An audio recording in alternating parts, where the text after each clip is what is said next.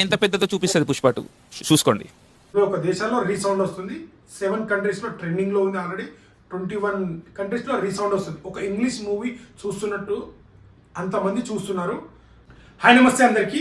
So Pushpa release అయినప్పటి నుంచి సినిమాని ఆపేస్తాం, సినిమాని ఆడనివ్వం, మా వల్లనే ఎదిగిండు, మేమే కట్అవుట్లో కట్టినాం, మేమే లేపినాం.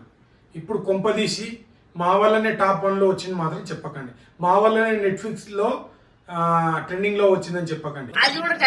అన్న నిప్పు నాగరాజు గురించి వీడియో చేయన చాలా దారుణంగా మాట్లాడుతున్నారు అంటున్నాడు.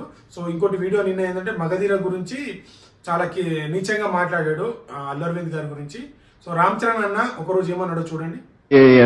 అరవింద్ గారితో మామతో సినిమా చేయాలని మేము చిరుతతో అనుకున్న తర్వాత వచ్చి ఎలాంటి సినిమా చేయాలి మామా అని అడిగారు. నేను అడిగాను, అడిగితే నాకు ఏం చేస్తావు తెలియదురా, నాకు లాభ నష్టాల గురించి నేను పట్టించుకోను, నిజంగా మీకు ఒక మంచి సినిమా చేయాలి అని చెప్పారు. సో అలా జరిగింది ఈ సబ్జెక్ట్.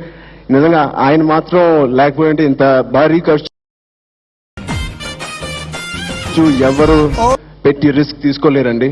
సో మా డ్రీమ్ కానీ రాజమౌళి గారి డ్రీమ్ ఆయన భుజం మీద తీసుకెళ్లారు. సో చాలా థ్యాంక్ యూ. రామ్ చరణ్ చాలా బాగా యాక్ట్ చేసినాం, మేము కాదనం.